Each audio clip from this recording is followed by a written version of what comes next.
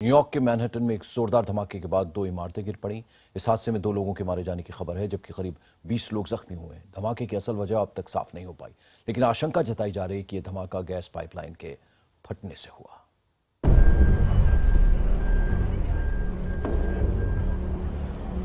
New York के Manhattan में east Harlem इलाके में सुबह की चहल पहल शुरू ही हुई थी कि एक जोरदार धमाका हुआ।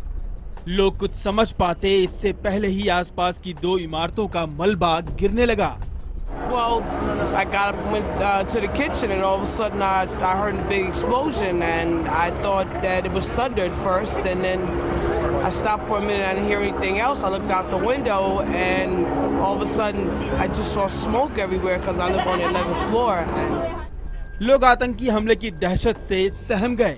लोगों के जहन में 9/11 की याद ताजा हो गई, लेकिन शुरुआती जांच के बाद ये साफ हो गया कि ये आतंकी हमला नहीं है। सूत्रों ने इस वाकये के पीछे किसी आतंकी साजिश के होने की आशंका को फिलहाल नकार दिया है। ये भी कहा जा रहा है कि इन दोनों इमारतों के नीचे जो नेचुरल गैस पाइपलाइंस है उसमें धमाके की वजह से ये आग लगी, लेकिन निश्चित रूप से इस आग लगने के बाद ही वहां मौजूद स्थानीय लोग तनावग्रस्त हो गए और कहीं ना कहीं 9/11 की उनकी यादें ताजा हो गई।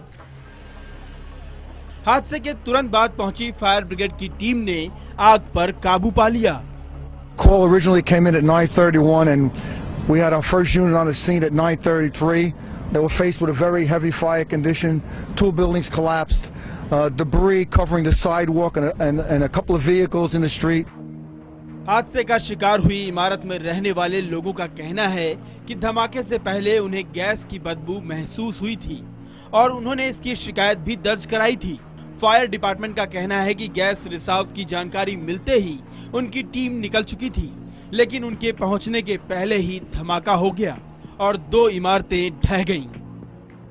The only indication was a call at 913 of a gas leak, and then the explosion occurred roughly 15 minutes later.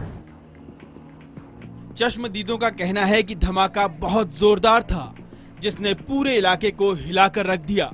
धमाके के बाद वहां से गुजरने वाली गैस पाइपलाइन की सप्लाई रोक दी गई।